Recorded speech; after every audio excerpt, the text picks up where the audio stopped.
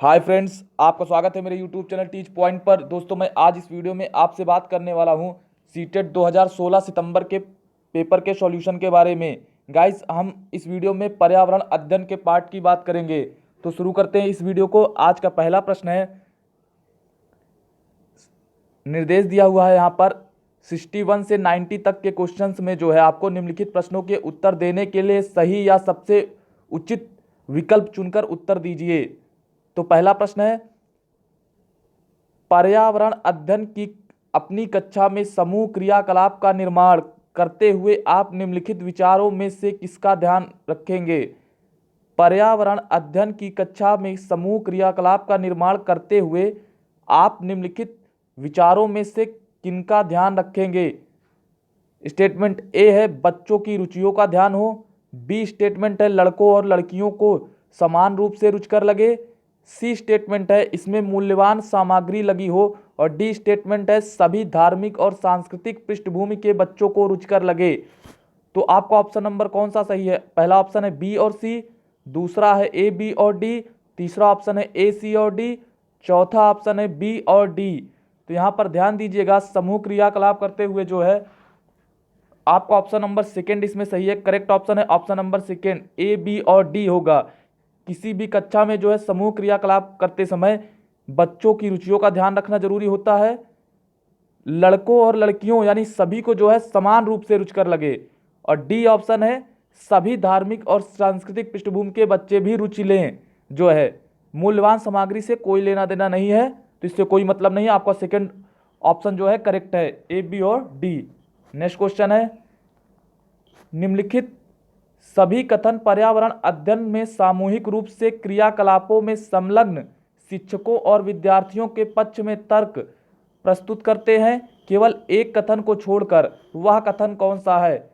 पहला ऑप्शन है बच्चे परस्पर सामंजस्य और सहयोग करना सीखते हैं। सेकेंड ऑप्शन है बच्चे दूसरे बच्चों से बात और बहस करने से अधिक सीखते हैं। थर्ड ऑप्शन है समूह क्रियाकलापों की वजह से बच्चे अंक उपलब्धि में अच्छा सुधार प्रदर्शित करते हैं। या फोर्थ ऑप्शन है प्रौढ़ों के समर्थन से बच्चों को अपनी क्षमता से अधिक ज्ञान के निर्माण में सहायता मिल सकती है। इसका आंसर आप कमेंट बॉक्स में दें। आपका ऑप्शन नंबर करेक्ट सही है, वो है ऑप्शन नंबर 4। ऑप्शन नंबर 4 आपका करेक्ट आंसर है। प्रौढ़ों के समर्थन से बच्चों को अपनी क्षमता से अधिक ज्ञान के निर्माण में सहायता मिल सकती है।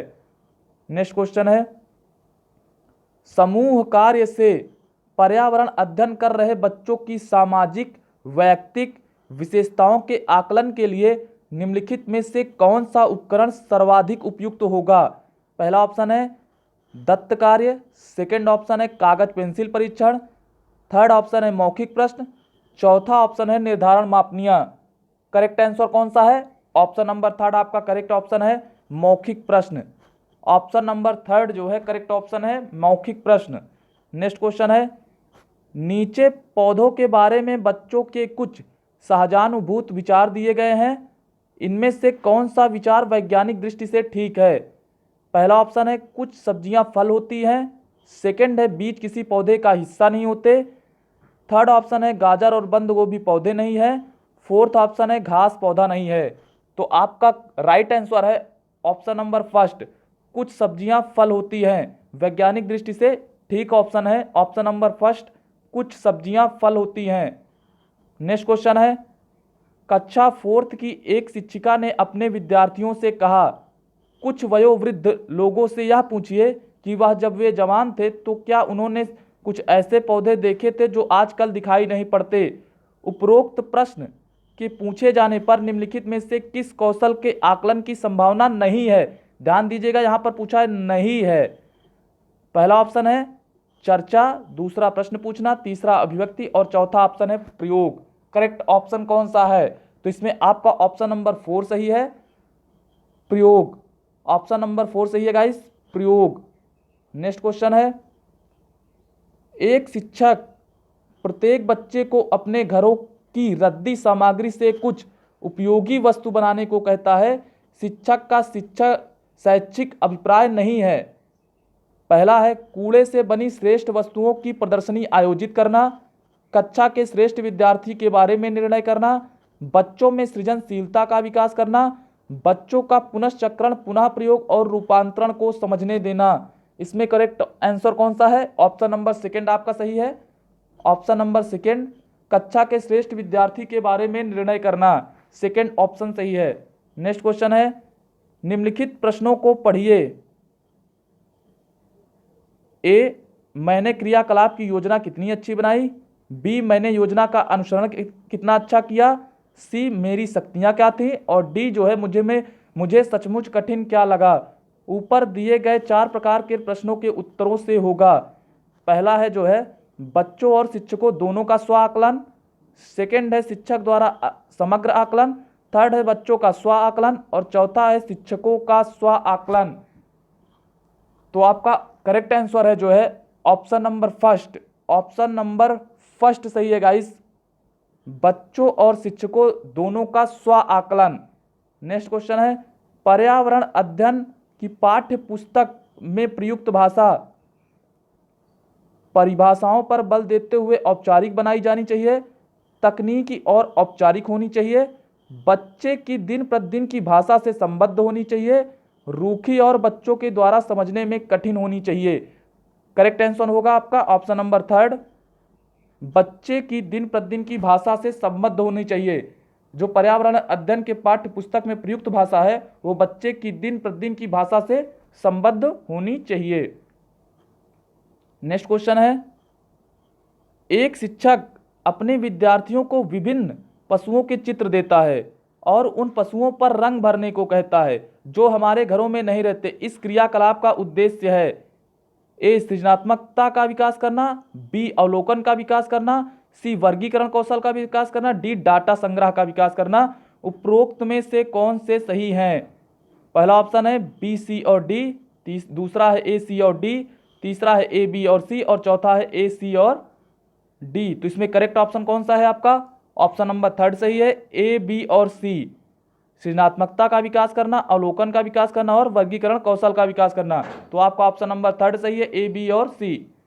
नेक्स्ट क्वेश्चन है, पर्यावरण अध्ययन के पाठ्यक्रम जिसमें 6 उपविषयों के चतुर्दिक निर्मित किया गया है में पौधे और पशु को जानबूझकर परिवार और मित्र उपविषय के अंतर्गत सम्मिलित किया गया है। इसके लिए निम्नलिखित में से एक कारण को छोड़कर शेष सभी कारण हो सकते हैं। वह एक कारण कौन सा है? पहला ऑप्शन है विद्यार्थियों को विज्ञान के दृष्टिकोण से पौधों और पशुओं को समझने में सक्षम बनाना, सामाजिक और सांस्कृतिक संदर्भ में पौधों और पशुओं के स्थान निर्धारित करने में विद्यार्थियों की सहायता करना। थर्ड ऑप्शन है इस बात को उभारना कि किस प्रकार मनुष्य एक दूसरे से घनिष्ठ संबंधों को साझा करते हैं। और ऑप्शन नंबर 4 है इस बात को उभारना कि किस प्रकार कुछ समुदायों के जीवन और आजीविकाएं विशेष पशुओं या पौधों से घनिष्ठ रूप से जुड़े हैं। तो आपका ऑप्शन नंबर कौन सा करेक्ट है? आप सभी ध्यान दीजिएगा, ऑप्शन नंबर फर्स्ट आपका इसमें सही है, विद्यार्थियों को विज्ञान के दृष्टिकोण से पौधों और पशुओं को समझने में सक्षम बनाना। नेक्स्ट क्वेश्चन है, पर्यावरण अध्ययन के शिक्षण अधिगम में सर्वेक्षण का उद्देश्य है ए, के साथ अन्योन्य क्रिया का अवसर प्रदान करना, बी, बच्चों को विभिन्न लोगों के प्रति संवेदनशील बनाना, सी, सूचना को प्रत्यक्ष प्राप्त करने का अवसर प्रदान करना, और डी है आकलन के एक अवसर के रूप में इनका उपयोग करना। उपरोक्त में से कौन सा सही है? पहला ऑप्शन है ए, सी और D, second option A, B, C और डी, थर्ड ऑप्शन है ए, बी, सी, और चौथा ऑप्शन है ए, बी और डी। तो आपका इसमें करेक्ट ऑप्शन है option number second, A, B, C और डी। चारों ऑप्शन सही है, चारों स्टेटमेंट सही है। ए, समुदाय के साथ अन्योन्य क्रिया का अवसर प्रदान करना भी सही है, बी, बच्चों को विभिन्न लोगों के प्रति संवेदनशील बनाना भी सही है, और सी स्टेटमेंट सूचना को प्रत्यक्ष प्राप्त करने का अवसर प्रदान करना भी सही है, और डी स्टेटमेंट है आकलन के एक अवसर के रूप में इनका उपयोग करना। तो आपका सेकेंड ऑप्शन सही है, ए, बी, सी और डी। निर्देश दिया हुआ 72 से 74 जो क्वेश्चंस हैं उनके निम्नलिखित अवतरण पर आधारित हैं। शिक्षक द्वारा प्रदर्शित एक कटोरे में पानी उबालने और उसका वाष्पीकरण हो जाने के प्रयोग को देखने के बाद 7 से 8 वर्ष के बच्चे के द्वारा दिए गए उत्तर इस प्रकार है। पानी गुम हो गया, कटोरे ने पानी को सोख लिया, आग ने पानी पी लिया, भगवान ने पानी पी लिया। आंसर दीजिएगा प्रश्न का, इसी में से हमको जो है देना है। ये उत्तर बच्चों और उनके विचारों के बारे में क्या बताते हैं? पहला ऑप्शन है वाष्पीकरण में बारे में बच्चों के विकल्पी विचार हैं। सेकंड ऑप्शन है बच्चों के उत्तर तर्क संगत नहीं है। और सी ऑप्शन है बच्चों की सोच गलत है। या डी ऑप्शन है बच्चे अच्छा अवलोकन नहीं कर पाते। आपका करेक्ट ऑप्शन कौन सा है? ऑप्शन नंबर फर्स्ट सही है। ऑप्शन नंबर फर्स्ट सही है, वाष्पीकरण के बारे में बच्चों के विकल्पी विचार हैं। नेक्स्ट क्वेश्चन है, शिक्षक को इन उत्तरों का सामना किस प्रकार करना चाहिए? पहला ऑप्शन है बच्चों को बता दें कि वे गलत है, जल चक्र का एक मानक चार्ट प्रदर्शित करें, वाष्पीकरण की परिभाषा दें और बच्चे को उसे याद रखने के लिए कहें। चौथा ऑप्शन है उनके विचारों तक पुनः पहुंचने के लिए एक चर्चा प्रारंभ करें। तो गाइज इसमें करेक्ट ऑप्शन हो जाएगा आपका ऑप्शन नंबर 4, उनके विचारों तक पुनः पहुंचने के लिए एक चर्चा प्रारंभ करें। नेक्स्ट क्वेश्चन है, वाष्पीकरण विषय पर बच्चों की विविध सोच का आकलन करने के लिए निम्नलिखित में से कौन सा प्रश्न एक नमूना हो सकता है? पहला ऑप्शन है जल चक्र से 5 लाभ लिखिए, क्या होता यदि जल चक्र होता ही नहीं। थर्ड ऑप्शन है जल चक्र के क्रम के सोपानों की सूची बनाइए। और फोर्थ ऑप्शन है जल चक्र का आरेख बनाइए और उसे नामित कीजिए। तो आपका करेक्ट ऑप्शन हो जाएगा ऑप्शन नंबर सेकेंड, क्या होता यदि जल चक्र होता ही नहीं। 75 क्वेश्चन है निम्नलिखित में से कौन से राज्य जम्मू और कश्मीर के पड़ोसी राज्य हैं? पहला हिमाचल प्रदेश और उत्तराखंड, दूसरा हिमाचल प्रदेश पंजाब, थर्ड ऑप्शन है हिमाचल प्रदेश उत्तर प्रदेश, चौथा ऑप्शन है उत्तराखंड या राजस्थान, उत्तराखंड और राजस्थान। तो आपका करेक्ट ऑप्शन है option number second, Himachal Pradesh और पंजाब जम्मू कश्मीर के पड़ोसी राज्य हैं, हिमाचल प्रदेश और पंजाब। प्रत्येक स्थान के नाम नंबर 76 है, प्रत्येक स्थान के नाम के साथ उस क्षेत्र में बनाए जाने वाले सामान्य घरों के सही विवरण का मिलान कीजिए।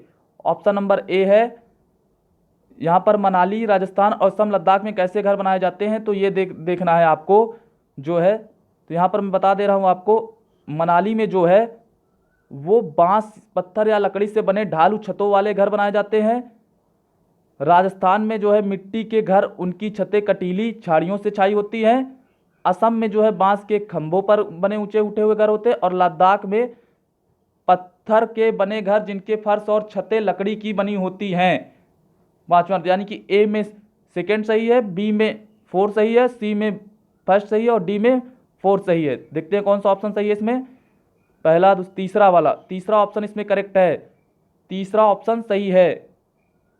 नेक्स्ट क्वेश्चन है, पशुओं की त्वचा पर विविध पैटर्न डिजाइन, पहला ऑप्शन है उस जलवायु के कारण होते हैं जिसमें वे रहते हैं, उनका शारीरिक शक्ति को इंगित करते हैं, उनकी शारीरिक शक्ति को इंगित करते हैं, परावर्तित प्रकाश के कारण होते हैं, या फिर उनकी त्वचा पर बालों के कारण होते हैं। पशुओं की जो त्वचा पर डिजाइन होती है यानी विविध पैटर्न होते हैं वो किस कारण होते हैं? तो आपका करेक्ट ऑप्शन है ऑप्शन नंबर फर्स्ट, उस जलवायु के कारण होते हैं जिसमें वे रहते हैं, उस जलवायु के कारण होते हैं जहां पर वे रहते हैं।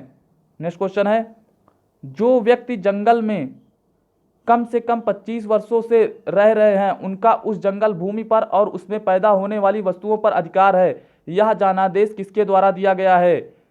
संविधान, पहला ऑप्शन है संविधान अनुसूचित जाति आदेश संशोधन विधेयक 2012, भारतीय जंगल अधिनियम 1927, जंगल अधिकार अधिनियम 2007, भूमि अधिग्रहण अधिनियम 1894। करेक्ट ऑप्शन आपका सही हो जाएगा ऑप्शन नंबर थर्ड, जंगल अधिकार अधिनियम 2007 के द्वारा। निम्नलिखित में से मच्छरों द्वारा फैलने वाले रोगों का समुच्चय कौन सा है? मियादी बुखार, हैजा, chikungunya, malaria, HIV AIDS, dengue, HIV AIDS, हैजा, डेंगू, डेंगू, मलेरिया, चिकनगुनिया। तो आप सभी जानते हैं ऑप्शन नंबर 4 इसमें सही होगा, डेंगू, मलेरिया और चिकनगुनिया। घटपर्णी पौधा निपेंथीस का मुंह छोटी छोटी कांटियों से ढका होता है, भारत में नहीं पाया जाता है, मेंढकों, कीड़ों मकोड़े और चूहों को चालाकी से फंसाकर खा जाता है, कीड़े मकोड़ों को आकर्षित करने के लिए उच्च तारत्व की ध्वनियां निकालता है। तो करेक्ट ऑप्शन कौन सा है आपका? ऑप्शन नंबर थर्ड इसमें सही है, या मेढक कीड़े मकोड़े और चूहों को चालाकी से फंसाकर खा जाता है। 81 नंबर प्रश्न है, नीचे दिए गए खाद्य पदार्थों के किस समुच्चय में लौह तत्व प्रचुर मात्रा में होता है? पहला है आंवला पालक गुड़, आंवला पालक आलू, आंवला आलू टमाटर और बंद गोभी और भिंडी और गुड़। तो करेक्ट ऑप्शन आपका कौन सा होगा? ऑप्शन नंबर फर्स्ट सही है आपका, आंवला पालक और गुड़। नेक्स्ट क्वेश्चन है, हमारे देश के लगभग सभी भागों में मिर्च का उपयोग भोजन पकाने में किया जाता है। हमारे देश में मिर्च को लाने वाले व्यवसायी आए थे उज्बेकिस्तान से, दक्षिणी अमेरिका से, दक्षिण अमेरिका से, अफगानिस्तान से या फिर ऑस्ट्रेलिया से। तो करेक्ट ऑप्शन आपका ऑप्शन नंबर सेकेंड सही है, दक्षिण अमेरिका से आए थे। निम्नलिखित में से कौन सा पक्षी कैक्टस पौधों के कांटों के बीच अपना घोंसला बनाता है? शकरखोरा, बया, कलचिड़ी या फिर फाख्ता। कौन सा ऑप्शन सही है? ऑप्शन नंबर करेक्ट हो जाएगा इसमें ऑप्शन नंबर 4, फाख्ता। फाख्ता पक्षी जो है वो कैक्टस पौधों के कांटों के बीच जो है अपना घोंसला बनाता है। ऑप्शन नंबर 4 सही है। नेक्स्ट क्वेश्चन है, किस पशु के विषय में नीचे दिए गए विवरण को पढ़िए और उस पशु को पहचानिए? किसी पशु के विषय में नीचे दिए गए विवरण को पढ़िए और उस पशु को पहचानिए। यह भालू जैसा दिखता है परंतु भालू नहीं है। यह दिन के लगभग 17 घंटे वृक्षों की शाखाओं से उल्टे लटक कर सोता है। यह जिस वृक्ष पर रहता है उसी की पत्तियां खाता है। यह लगभग 40 वर्षों तक जीवित रहता है। लंगूर है, चिंपैंजी है, पेंडा है, स्लॉथ है। तो आप सभी समझ गए होंगे इसका आंसर कौन सा है। ऑप्शन नंबर 4 सही है इसका। ऑप्शन नंबर 4 सही है गाइस। 84 का ऑप्शन नंबर 4 सही है। स्लॉथ। कौन सा है पशु? स्लॉथ। नीचे दिए गए जीवों के समूहों में किसकी दृष्टि श्रेष्ठ होती है तथा वे मनुष्य की तुलना में 4 गुनी अधिक दूरी की वस्तुओं को देख सकते हैं? पहला है बांग, तेंदुआ, सांड, सांप, रेशम कीट, छिपकली, चील, गरुड़, गिद्ध और मधुमक्खी, मच्छर और तितली।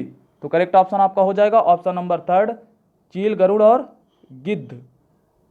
नेक्स्ट क्वेश्चन है, नीचे दिए गए खेती करने के विवरण को पढ़िए और इस ढंग की पहचान कीजिए। एक फसल को काटने के पश्चात खेत को कुछ वर्षों के लिए खाली छोड़ दिया जाता है। इसमें कुछ भी नहीं उगाया जाता। इस भूमि में बांस या अन्य खरपतवार जो भी कुछ उगाता है उन्हें उखाड़ा नहीं जाता, काट कर जला दिया जाता है। यह राख भूमि को उर्वर बनाती है। जब यह भूमि खेती के लिए तैयार हो जाती है तब उसे हल्का सा खोदा जाता है। भूमि को जोता नहीं जाता और उस पर बीज छिड़क दिए जाते हैं। पहला ऑप्शन है शाकाहारी खेती, सेकंड ऑप्शन है झूम खेती, सीढ़ी नुमा खेती या फिर सिंचाई खेती। करेक्ट आंसर इसका कमेंट बॉक्स में आप दीजिए। ऑप्शन नंबर सेकंड सही है। यह जो है झूम खेती है। इस प्रकार की खेती को झूम खेती कहते हैं। जब कोई सपेरा अपने वाद्य यंत्र बीन को बजाता है तो सांप उसकी ध्वनि पर अपने सिर को इधर उधर घुमाता है। ये आपके विचार से सांप वाद्य यंत्र के प्रति अनुक्रिया कैसे कर रहा है? उस वाद्य यंत्र के द्वारा उत्पन्न कंपनों के प्रति अनुक्रिया करके, उस वाद्य यंत्र को सूंघकर, उस वाद्य यंत्र की ध्वनि को सुनकर, उस वाद्य यंत्र की गति को देखकर। करेक्ट ऑप्शन हो जाएगा ऑप्शन नंबर फर्स्ट आपका, उस वाद्य यंत्र द्वारा उत्पन्न कंपनों के प्रति अनुक्रिया करके। परिवार एक इकाई होता है जिससे माँ पिता और उनके 2 बच्चे होते हैं। परिवार एक इकाई होता है जिसमें माँ पिता और उनके 2 बच्चे होते हैं। यह कथन है। पहला ऑप्शन है सही नहीं है क्योंकि इस कथन में यह स्पष्ट करना चाहिए कि बच्चे जैविक होते हैं। सही नहीं है क्योंकि परिवार कई प्रकार के होते हैं तथा परिवार का केवल एक ही प्रकार में वर्गीकरण नहीं किया जा सकता है। सत्य है क्योंकि यह किसी आदर्श परिवार का आकार है। सत्य है क्योंकि सभी भारतीय परिवार इसी के प्रकार के होते हैं।